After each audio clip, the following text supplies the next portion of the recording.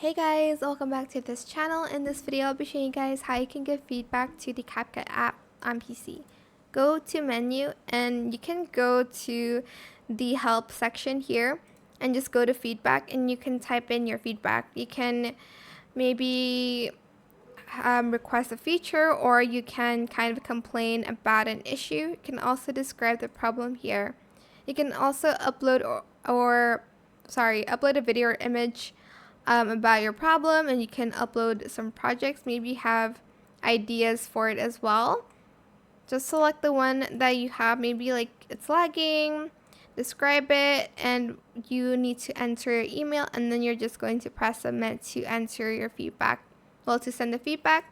And you'll see the fixes on the your notifications, like your feedback replies here.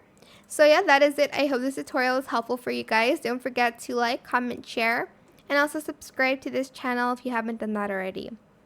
If you have any more questions about this video, just leave it in the comment section down below. I will try my best to answer them all for you guys. If you found this video helpful, please click the thanks button as well. That is it. Thank you so much for watching. Bye.